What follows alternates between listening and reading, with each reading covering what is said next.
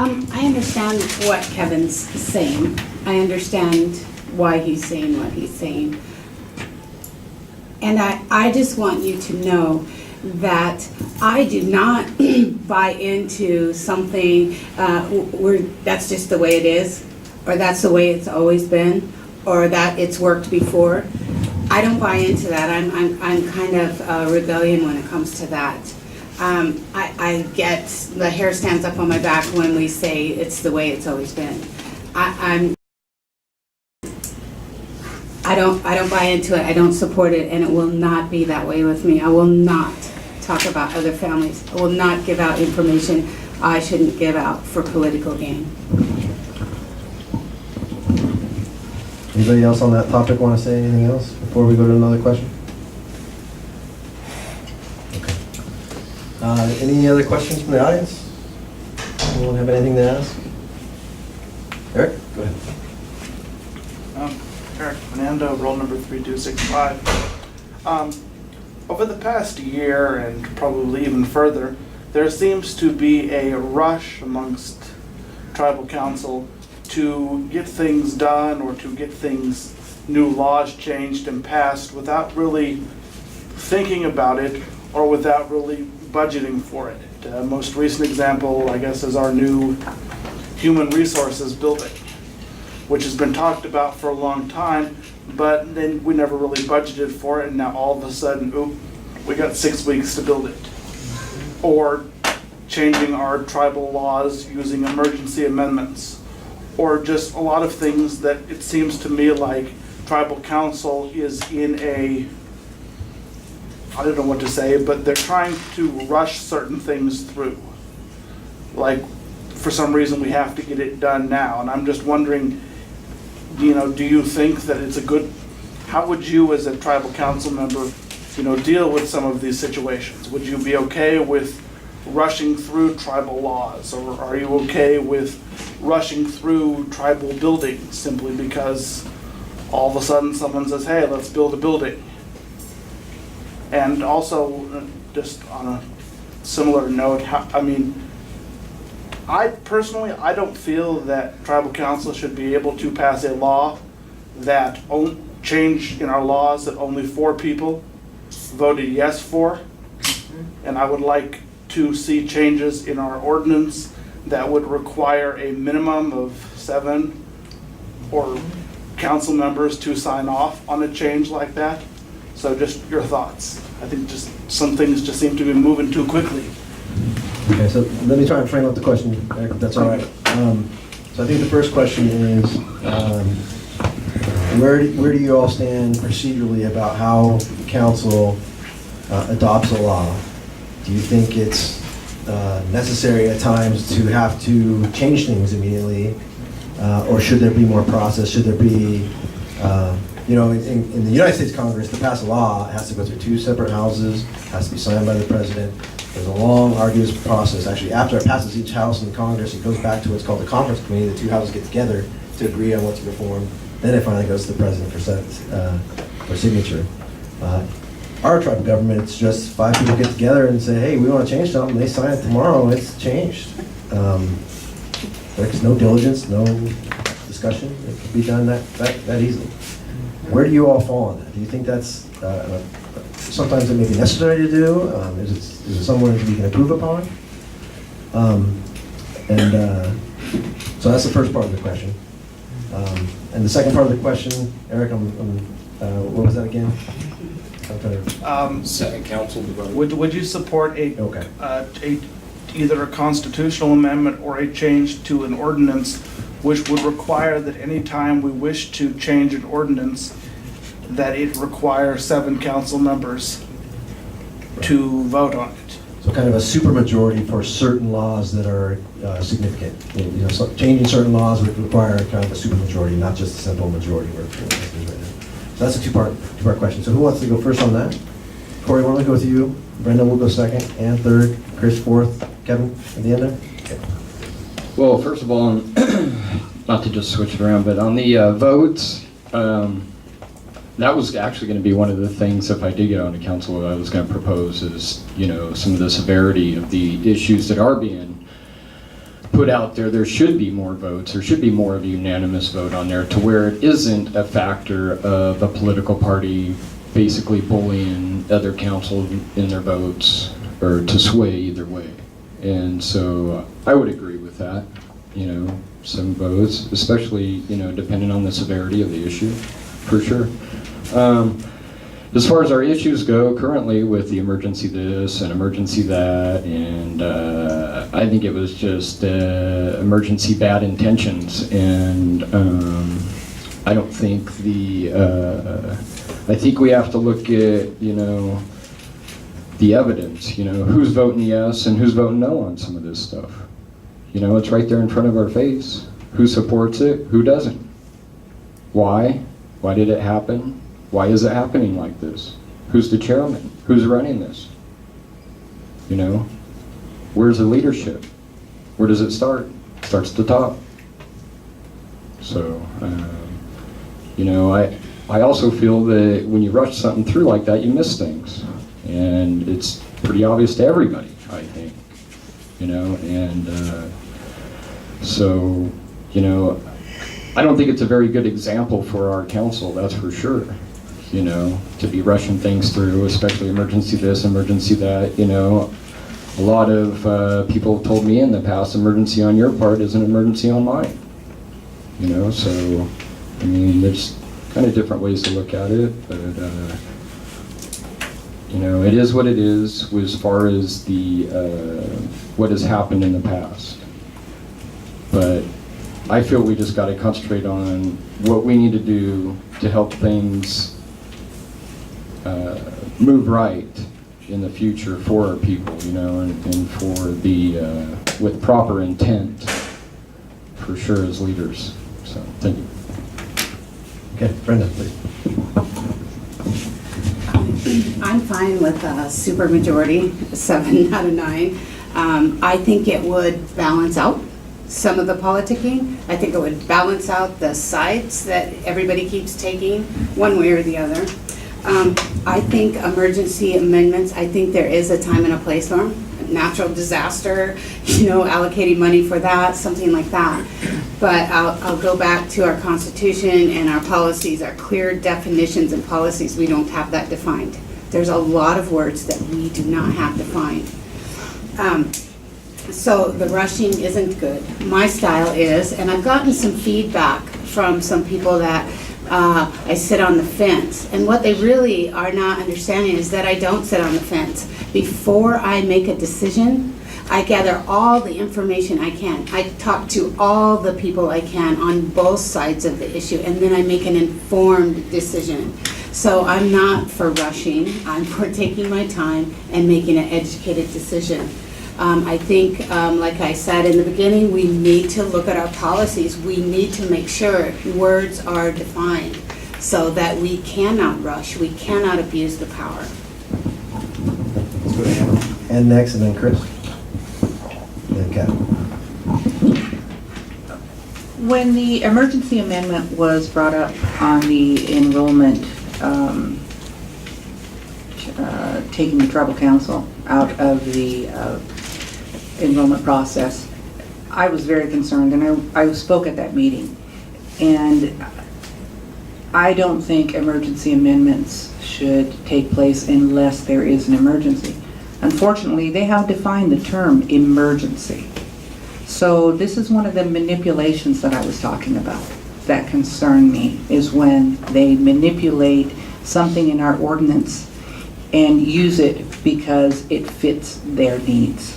This is something that I think we need to be addressed, and Brenda, you're correct. We need to define these words because it was a loophole and they took advantage of it. So as far as emergency amendments, there was no fire. There was no reason to do what they did. And it concerns me because I think there was no review. It wasn't fully vetted. There was possible repercussions that could happen, and none of that was considered. It was an emergency amendment, and they passed it because it fit what they wanted to do. As far as the HR building, Eric, and an emergency amendment with that, there again, no planning, no budget, definitely not a responsible government to take advantage of an emergency amendment to get a almost and probably over $3 million building built. So, yeah, I think that we do need to address the language in some of our ordinances, and we need to address some of the language in our Constitution. I believe that it is a living document, and it needs to be addressed. Thank you. Yeah, so let's go Chris and then Kevin.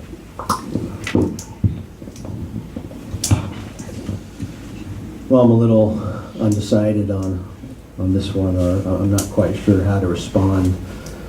We do have this concept of Indian time, so the fact that something can be done too soon, I think it's rare, and I haven't really seen that many decisions that were done too quickly. More often than not, decisions are never done at all, or they take forever to do. So I don't have such a big objection to stuff being rushed through. If it's an emergency and it's important, then I think council should have the ability to do that. But as people have discussed, because emergency is not really clearly defined, it's kind of subjective. The 7-vote supermajority, I can see arguments for it and against it. The problem I would have with that is if you required 7 votes, then 3 people could basically hold the remaining 6 council members hostage. So you could have gridlock issues if you required 7 votes. But other than that, I think what you're talking about is just a change in how decisions are vetted. Because I think a lot of people weren't given adequate explanations as to why there was an emergency ordinance amendment and why this HR building, which wasn't budgeted in 2014, in June all of a sudden needed to be done. I think really what you're asking for is just a clearer expression of why decisions are being made and the manner in which they're being made. And I think that goes to communication. But if you're wanting to change it, then I think those changes would have to come in the Constitution. Because if you leave it up to just 5 council members, I just think that creates a lot of the same problems we're facing right now. So hopefully I was clear. Kevin. I just want to acknowledge once again that the people are coming forth with questions that are new to our community. There's a new dialogue, a new discourse that's coming up now. Whereas 5 years ago, maybe we weren't talking about a constitutional change. Maybe the issue on the table during campaign season was something different. So I just want to acknowledge that our government is changing. We're growing up some. When we start to look at kind of the foundation and the fundamental procedural aspects of how do we pass a law, it means we're growing up. We know that, and we need to match what the people's concerns are. So I want to acknowledge that the people are changing things. I understand where it's coming from and where it is coming from. I want to honor that. We are a reactionary government.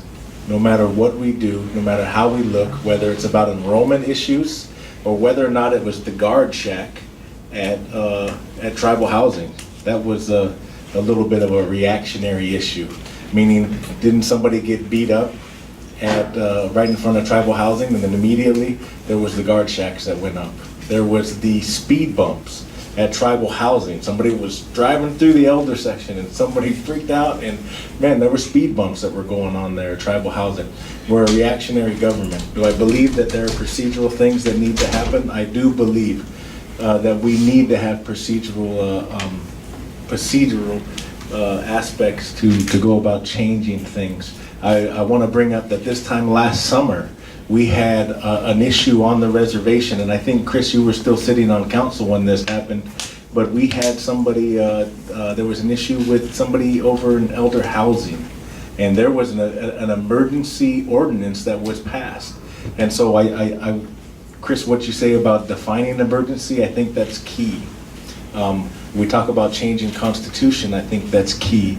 I'm going to go a little bit further here and a little bit to the left or right field with this. I think that if we're going to do these types of procedural things, I think that a lot of this stuff has the tendency to fall upon tribal attorneys. And I think that they're wonderful people. I think our tribal attorneys are wonderful people. I think where we really need to grow is I think that we need to have tribal attorneys and people that create our laws. I think that they need to come from up within. And I think that if we're going to see change and we want procedural stuff, we want to have that grand round piece in the way we make laws, I think that it needs to be written from grand round people. So I'm going to make a plug for Chris to drop out of the election and finish law school. So we can have him come back and rewrite our Constitution, brother. But I joked about it. I wanted to bring some levity to the situation, but that truly is. If we really want to have change and effect within our community, we need to support our brothers and sisters. We need to bring them back to the community. We need to turn it over to them. It sounds like Mr. Mercier has got a great idea about a constitutional change and about how to go about doing it. There is a model out there. Red Lake did it 3 or 4 years ago regarding enrollment issues as well too. I say if it was me, I would say let's move forward. Let's let a young man like Chris Mercier, who's going and has law background, let him come up and present stuff to the people about procedural change. Super majorities, I don't know necessarily a whole bunch about the super majorities. As a council member, what I'm going to look towards is I'm going to look to somebody who can teach me about what does it mean? Where are the gridlocks? I didn't know that 6-3 would be a gridlock there, Chris. I don't know how it works. There are some things that you work on the fly. So I think that there needs to be some procedural things, but I also want to honor that we are a reactionary government. There is a need for emergency enrollment changes. It happened in Elders just this last summer, and it happened with the speed bumps, and it happened with the guard shack, and that's important stuff as well too. So, okay. Thank you, Kevin. So we're at about 1 hour and 20 minutes, so I'm going to go just 2 more questions, and I have one here from Savannah. And I'll read it to you all, and then we'll wrap up with Adrian's second question, and then we'll ask you guys to just do a quick closing, which should take us into about the last 30 to 40 minutes here. So Savannah writes, I was raised by my non-tribal member mother who attempted to find resources with the tribe while I was younger, but was often turned away. It wasn't until we started going to the Portland office that we knew about classes and other things available to tribal members. I'm sure that I'm not the only youth who grew up in this manner. What ways could the tribe help reach out to these members to ensure that they grew up learning their culture?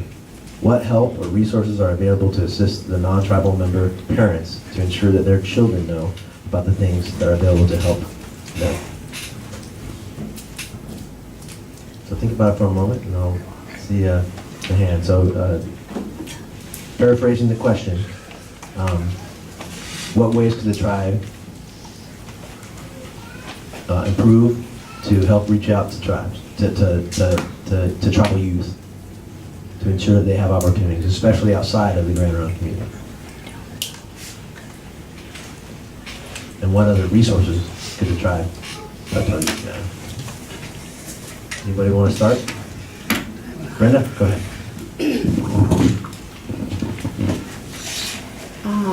I raised my children away from the reservation. I was lucky enough, I guess, to marry a military man.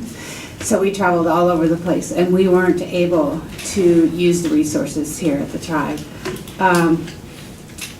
But I wish I would have known about them, and I've thought about that often.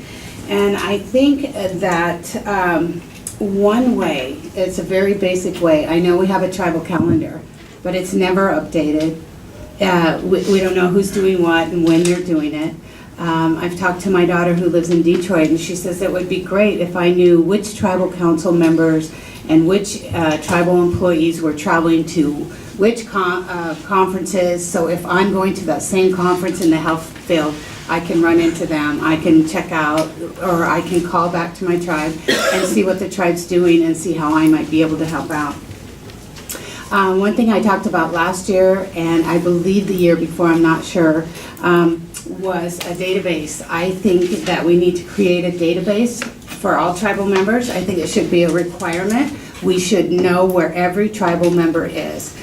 And we should be able to reach them via address, a current, correct address, an email address, or a Facebook page. Once we have that database, we can use it for job recruitment to our youth, our educated kids, surveys, tracking education, tribal needs, all of that stuff.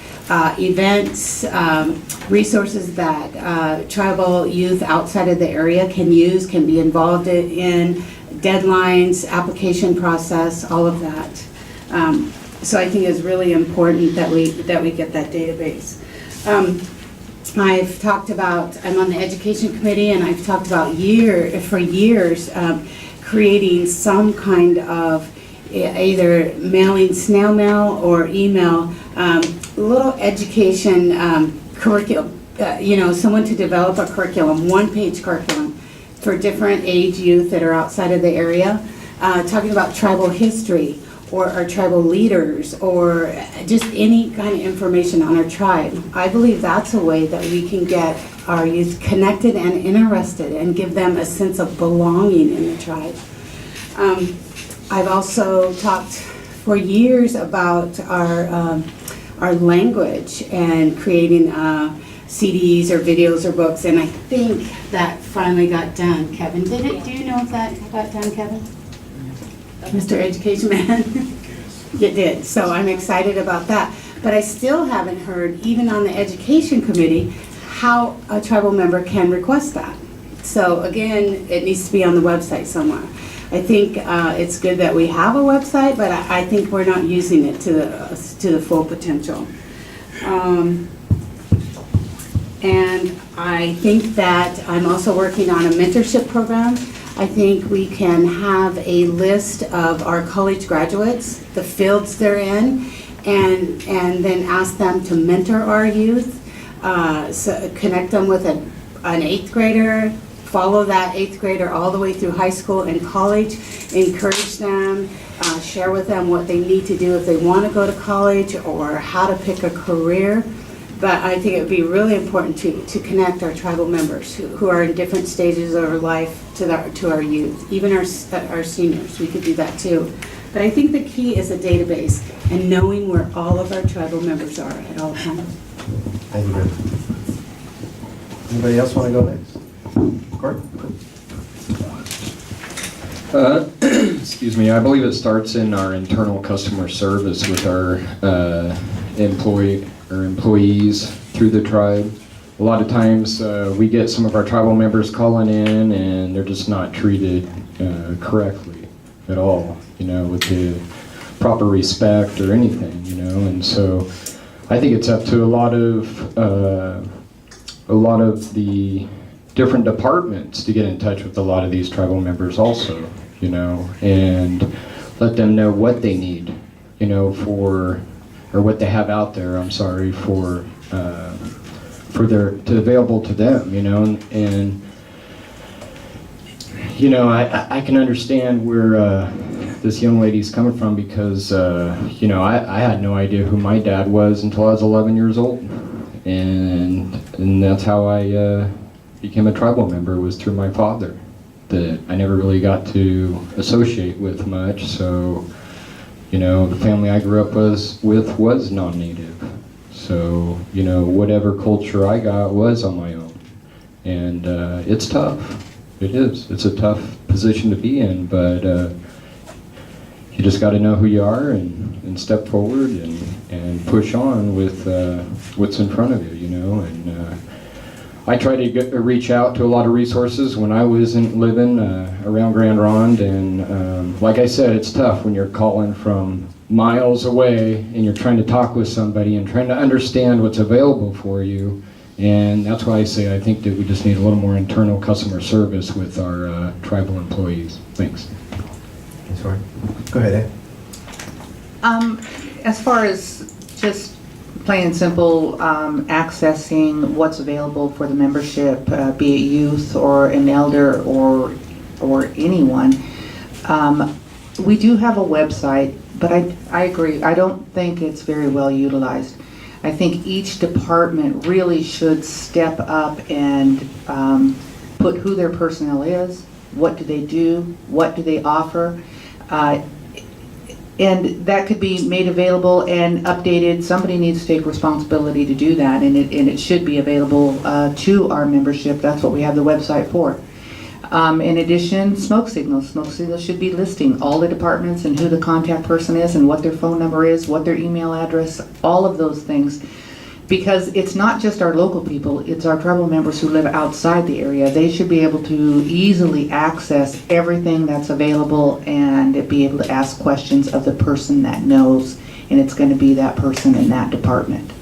So I don't think that somebody answering the telephone at our reception desk is going to know all of that information. But if they had an area that they could go to and access, we do have a website. It's a good website, but I don't think there's enough information on there. And that could easily be taken care of, and it wouldn't take that long. Yeah. Kevin? Chris?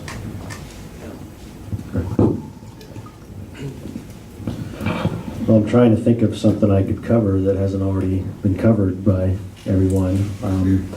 But I did think of one. I've always valued the satellite offices, Portland and what used to be Eugene. And from what I understand, there was a point when those offices, and I think Portland office is still used quite a bit, but the Eugene office used to be used a lot more as well. And I think the satellite offices are a good way to reach out to tribal members who don't live in the immediate area. Unfortunately, when you have 5,000 members spread out over 48 states, you're going to be limited in the degree to which you can provide these services to people. But I think the satellite offices are a good way to go, and you can never go wrong with the internet. The internet is developing every day. The tools that are there are developing as well. I think the tribe should continue to maintain those. I think they should reopen the Eugene office. Kevin?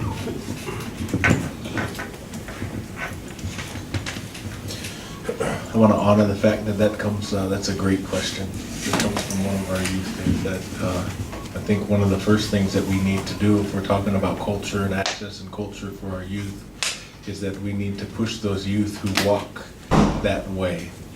We need to push them to the forefront, not only so that they can show the youth that are coming up behind them about the blessings that come from practicing and being a cultural person, but also so that it can represent and show us and our people what it means to be a cultural person in today's world, which is difficult.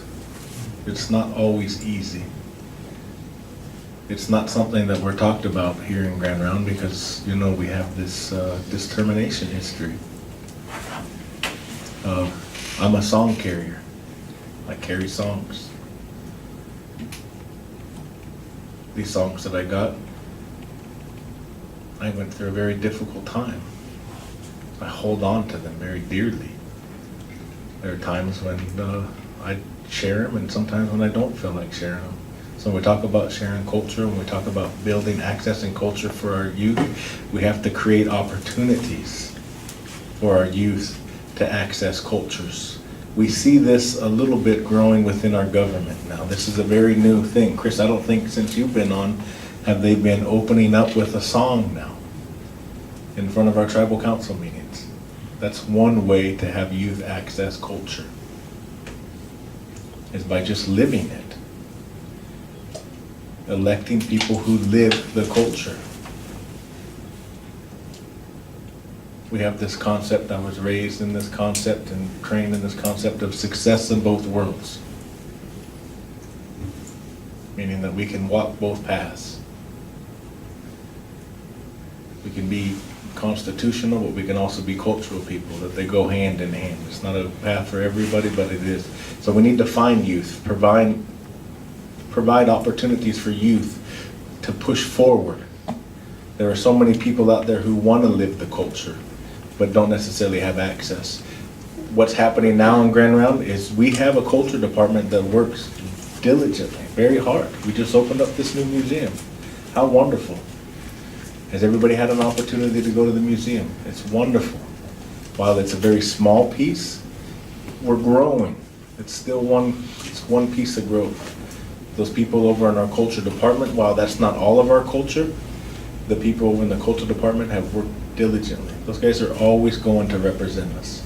Some of those guys, I think, never get a day off because not only are they representing our people, but they're also providing opportunities. So if we're talking about accessing cultural programs for our youth, I think it starts with our culture department, but then it also starts within the community and establishing a community norm that says culture is accessible. And sometimes it hasn't always been accessible. So how do you do that? Well, you go to the cultural people and you say, how do you make this accessible? And I think that's happening right now. Because if it wasn't happening, we wouldn't have youth that are truly being recognized as the top 25 in the country. So how do we grow that? We need to take these youth and push them forward more. We need to show these younger kids, like my kids that are running around here, this is the ideal to stand up to be. This is what you need to be. This is what you aspire to be. And then access programs like the Youth Powwow, which was wonderful. My kids learned to dance at the Youth Powwow. They put on regalia. They provided access to programs. If we could do that here, we do that here in Portland as well too. So if we're talking about creating access to programs for youth, we need to create more opportunities. We need to fund those youth who are already walking that walk. We need to fund them even further. And then go to the cultural people and let the cultural people, let them design a plan. I think that's happening as well too. So that's the best that I would have. Thank you, Kevin. Appreciate it. So let me go to Adrian's second question. And this, I'll try and keep this short so we can give you guys more time at the end to make some closing statements. Her question is, can you give us an example of your managerial or organizational skills? So our tribal council members typically make a lot of the business decisions. So can you give us an example of a creative, managerial, or organizational skill that you think is a strength that you would bring to tribal council? Take a moment to think.